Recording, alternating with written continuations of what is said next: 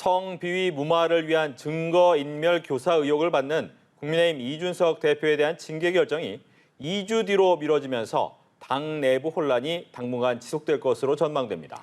전당대회를 2달 앞둔 더불어민주당도 당권 경쟁이 가속화하고 있는데요. 국회 취재기자 연결해서 자세한 내용 알아보겠습니다. 방준혁 기자. 네, 저는 국회에 나와 있습니다. 국민의힘 윤리위는 어젯밤 5시간에 걸쳐 이준석 대표의 징계 여부를 심의했지만 결론을 내지 못했습니다.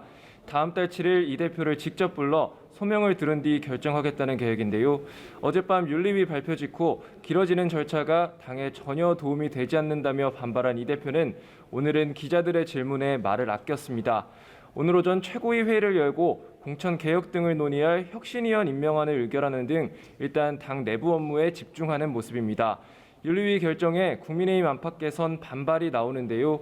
오신환 전 의원은 오늘 라디오에서 윤리위가 당대표를 모호한 내용으로 회부한 것 자체가 비상식적이라고 지적했고 하태경 의원은 자해 정치라고 비판했습니다.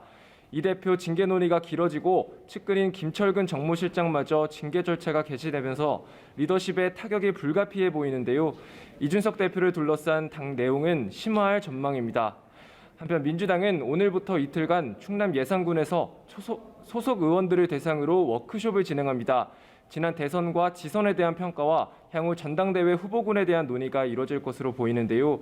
전당대회 불출마 압박을 받는 이재명 의원도 참석할 예정이어서 선거 패배 책임론과 차기 당권 문제를 놓고 격론이 예상됩니다. 네, 그런가 하면 국회 공백도 길어지고 있는데요. 여야 원구성 협상은 진척이 있습니까? 네, 원구성 협상이 지연되면서 국회 공백이 한 달 가까이 지속되고 있습니다.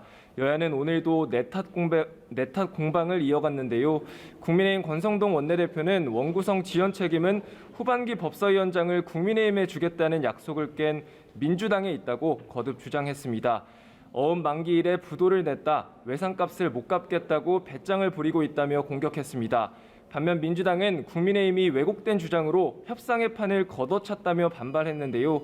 민주당이 국회 원구성 협상 조건으로 이재명 의원에 대한 소송 취하를 제시했다는 국민의힘 측 주장에 대해서 박홍근 원내대표는 새빨간 거짓말이라며 거듭 사과를 요구했습니다. 양측이 감정 싸움에 들어간 데다 당내 상황도 급박하게 돌아가고 있어 원구성 조기 타결은 어려울 전망입니다. 지금까지 국회에서 전해드렸습니다.